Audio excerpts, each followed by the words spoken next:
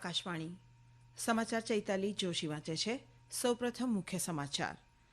લોકસભાની પ્રથમ અને બીજા તબક્કાની ચૂંટણી માટેનો પ્રચાર પૂરજોશમાં ચાલી રહ્યો છે. રાષ્ટ્રપતિ દ્રૌપદી મુર્મુ આજે નવી દિલ્હીમાં વિશ્વ હોમિયોપેથી દિવસ નિમિત્તે 2 દિવસીય હોમિયોપેથી સેમિનારનું ઉદ્ઘાટન કર્યું.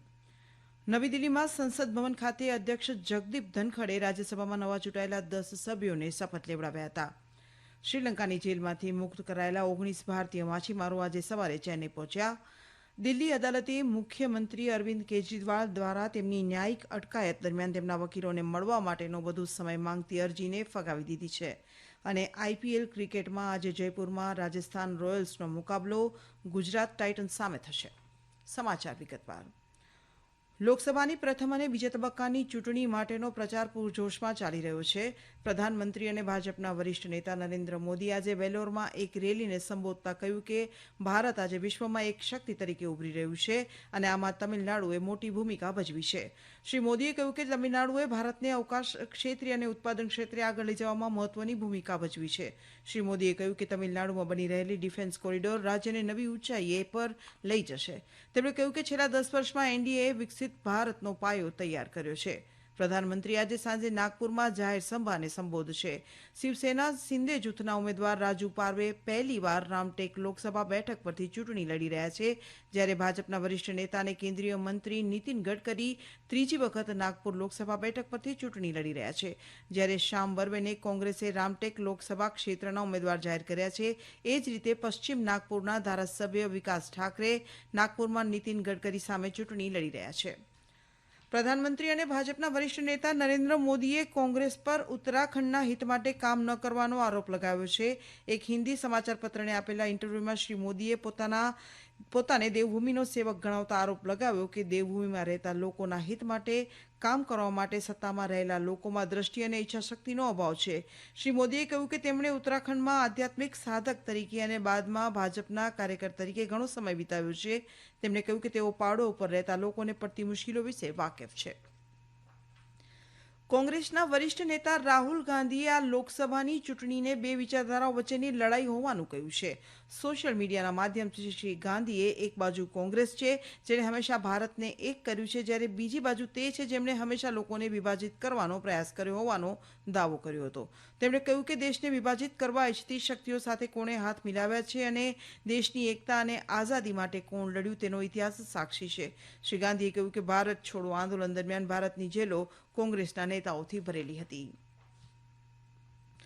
બિહારમાં રાષ્ટ્રીય જનતા દળે લોકસભા ચૂંટણીના 2 તબક્કા માટે ઉમેદવારી પત્ર ભરવાની પ્રક્રિયા પૂર્ણ થયા બાદ તેના 22 ઉમેદવારોની યાદી જાહેર કરી છે. ગયા ઔરંગાબાદ, જમુઈ, નવાદા, બાંકા અને પૂર્ણિયા લોકસભા સીટ પરથી પાર્ટીના 6 ઉમેદવારોએ પહેલેથી જ ઉમેદવારી નોંધાવી છે. જાહેર કરવામાં આવેલી સત્તાવાર યાદીમાં રાષ્ટ્રીય જનતા દળના પ્રમુખ લાલુ પ્રસાદની પુત્રી મીસા ભારતી પાટલીપુત્ર અને રોહિણી આચાર્ય સારણ પ્રદેશમાંથી ઉમેદવાર હશે. પાર્ટીના અન્ય અગ્રણીઓ ઉમેદવારોમાં મધુબનીથી પૂર્વ કેન્દ્રીય મંત્રી મોહમ્મદ વલી અશરફ ફાતમી, શિવહરથી રીતુ જયસ્વાલ, વૈશાલીથી પૂર્વ ધારાસભ્ય વિજયકુમાર શુક્લા ઉર્ફે મુનાસ શકલા અને હાજીપુરથી પૂર્વ રાજ્યમંત્રી શિવમ રામચંદ્રનો સમાવેશ થાય છે. મધ્યપ્રદેશમાં બેતુલ લોકસભા મતવિસ્તારની ચૂંટણી પ્રક્રિયામાં ગઈકાલે બહુજન સમાજ પાર્ટીના ઉમેદવાર અશોક ભાલાવીનું અવસાન થતાં રદ કરવામાં આવી છે. આ મત વિસ્તારમાં 26 એપ્રિલના રોજ મતદાન યોજાવાનું હતું. ઉલ્લેખનીય છે કે આ મત વિસ્તારમાં ચૂંટણી પંચ દ્વારા યોગ્ય સમયે નવા મતદાન કાર્યક્રમની જાહેરાત કરવામાં આવશે.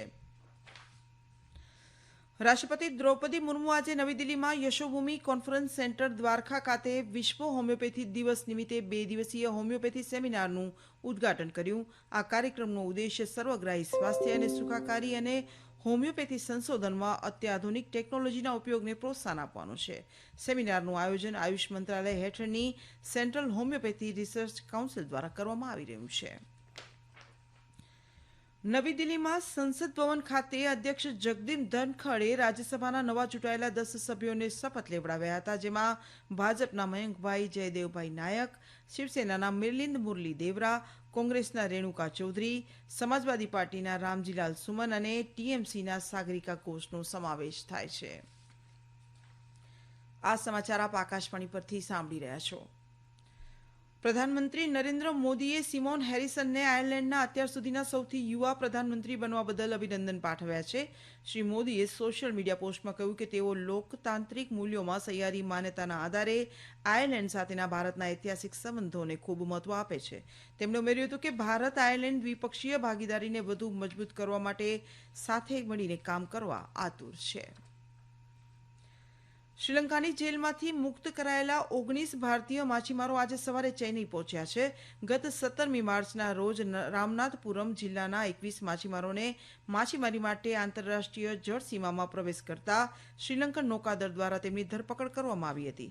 તેમને જાફના અદાલતમાં રજૂ કરવામાં આવ્યા હતા, જેમાં ફરી પકડાયેલા એક માછીમારને 1 વર્ષની કેદની સજા તથા અન્ય એક માછીમારને 6 મહિનાની કેદની સજા કરવામાં આવી છે, જ્યારે અન્ય માછીમારોને મુક્ત કરવામાં આવ્યા હતા. તેમણે 7 દિવસ અગાઉ ભારતીય સત્તાવાળાઓને સોંપવામાં આવ્યા હતા, જે તમામ 19 માછીમારો વિમાન દ્વારા આજે ચેન્નઈ પહોંચ્યા હતા. દિલ્હીની એક અદાલતે મુખ્યમંત્રી અરવિંદ કેજરીવાલ દ્વારા તેમની ન્યાયિક અટકાયત દરમિયાન તેમના વકીલોને મળવા માટે વધુ સમય માંગતી અરજીને ફગાવી દીધી છે. સીબીઆઈ અને ઈડી કેસ માટેના વિશેષ ન્યાયાધીશ કાવેરી બાવેજાએ આ અરજી ફગાવી દેતા શ્રી કેજરીવાલને રાહત આપવા માટે કોઈ પર્યાપ્ત આધાર ન હોવાનું કહ્યું હતું. ઈડીએ કેજરીવાલની અરજીનો વિરોધ કરતા કહ્યું હતું કે તેમને ખાસ વિશેષાધિકારો માત્ર એટલા માટે ન આપી શકાય કે તેઓ જેલની અંદરથી સરકાર ચલાવવા માંગે છે. દરમિયાન કેજરીવાલના વકીલે ન્યાયાધીશને કહ્યું કે દિલ્હીના મુખ્યમંત્રી સામે અનેક કેસ પેન્ડિંગ છે અને અઠવાડિયામાં તેમને વ્યક્તિઓને મળવા કે સૂચના આપવા માટે 1 કલાક આપવો પૂરતો નથી. ઈડીએ દર અઠવાડિયે તેમના વકીલો સાથે 5 બેઠકો માટે કેજરીવાલની વિનંતીનો વિરોધ કરતા કહ્યું કે તે જેલ મેન્યુઅલની વિરુદ્ધ છે. કેન્દ્રીય તપાસ એજન્સીએ અદાલતને જણાવ્યું હતું કે કેજરીવાલને પહેલાથી જ તેમના વકીલો સાથે 2 બેઠક કરવાની મંજૂરી છે, જે સામાન્ય પ્રથા છે. કેન્દ્ર શાસિત પ્રદેશ જમ્મુ અને કાશ્મીરમાં આજે ઈદ ઉલ ફિત્રનો તહેવાર ધાર્મિક ઉત્સાહ અને ઉલ્લાસ સાથે ઉજવવામાં આવી રહ્યો છે. આકાશવાણી જમ્મુ સંવાદદાતાએ આપેલા અહેવાલ મુજબ પવિત્ર રમઝાન મહિનાના અંત પછી શાવલ મહિનાનો અર્ધચંદ્રકાર જમ્મુ અને કાશ્મીરમાં ગઈકાલે સાંજે જોવા મળ્યો હતો. ઉપરાજ્યપાલ મનોજ સિંહાએ પણ ઈદ ઉલ ફિત્રના અવસર પર લોકોને ઈદની શુભેચ્છાઓ પાઠવી છે. એક સંદેશમાં સિંહાએ કહ્યું કે આ દિવસ આપણને માનવતાની સેવામાં સમર્પિત કરવાની પ્રેરણા આપે છે અને દરેકના જીવનમાં સારા સ્વાસ્થ્ય, સુખ અને સમૃદ્ધિની કામના કરે છે. જમ્મુ અને કાશ્મીરમાં કાશ્મીરી પંડિતોએ ગઈકાલે ધાર્મિક ઉત્સાહ સાથે નવરે તહેવારની ઉજવણી કરી હતી.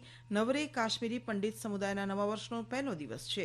શ્રીનગરના વૈચરનાગ મંદિરમાં મોટી સંખ્યામાં કાશ્મીરી પંડિતોએ ભાગ લીધો હતો અને સમગ્ર માનવજાતિની શાંતિ, સમૃદ્ધિ માટે પ્રાર્થના કરી હતી.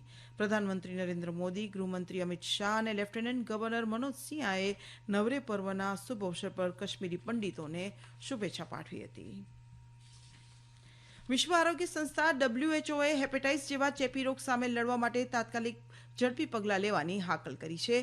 વૈશ્વિક અહેવાલ મુજબ અનુસાર હેપેટાઇટિસ વાયરસથી દરરોજ 3,500થી વધુ લોકો મૃત્યુ પામી રહ્યા છે અને વૈશ્વિક સ્તરે આ સંખ્યા વધી રહી છે.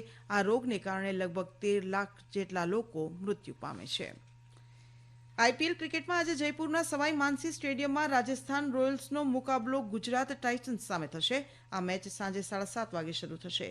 ગઈકાલે ચંદીગઢમાં રમાયેલી રોમાંચક મેચમાં સનરાઇઝર્સ હૈદરાબાદે પંજાબ કિંગ્સને 2 રને હરાવ્યું. 183 રનના લક્ષ્યાંકની સામે પંજાબ કિંગ્સ 20 ઓવરમાં 6 વિકેટે 180 રન બનાવી શકી હતી. ભારતીય ચેસ ખેલાડી ડી ગુકેશે કેનેડાના ટોરેન્ટો ખાતે યોજાયેલી સ્પર્ધામાં નિજત અબાસોવ સામે 5મા રાઉન્ડમાં જીત હાંસલ કરી છે. તેઓ કેનેડાની આ પ્રતિષ્ઠિત ચેસ સ્પર્ધામાં ભાગ લેનારા બીજા સૌથી નાની વયના ખેલાડી છે. ઓપન કેટેગરીમાં 3.5 પોઈન્ટ સાથે તેમનો મુકાબલો ઇયાન નિપુમાંચી સાથે થશે. દરમિયાન ગુકેશના સ્પર્ધક ખેલાડી પ્રજ્ઞાન નંદા અને વિદિત ગુજરાતી બંને અત્યંત રોમાંચક મેચમાં ડ્રોમાં રહ્યા હતા. બંને ખેલાડીઓએ પોતપોતાની રમતમાં સારા અંક મેળવવા છતાં જીતથી દૂર રહ્યા હતા. અંતમાં મુખ્ય સમાચાર ફરી એકવાર. લોકસભાની પ્રથમ અને બીજા તબક્કાની ચૂંટણી માટેનો પ્રચાર પૂરજોશમાં ચાલી રહ્યો છે. રાષ્ટ્રપતિ દ્રૌપદી મુર્મુ આજે નવી દિલ્હીમાં વિશ્વ હોમિયોપેથી દિવસ નિમિત્તે 2 દિવસીય હોમિયોપેથી સેમિનારનું ઉદ્ઘાટન કર્યું. નવી દિલ્હીમાં સંસદ ભવન ખાતે અધ્યક્ષ જગદીપ ધનખડે રાજ્યસભામાં નવા ચૂંટાયેલા 10 સભ્યોને શપથ લેવડાવ્યા હતા. શ્રીલંકાની જેલમાંથી મુક્ત કરાયેલા 19 ભારતીય માછીમારો આજે સવારે ચેન્નઈ પહોંચ્યા.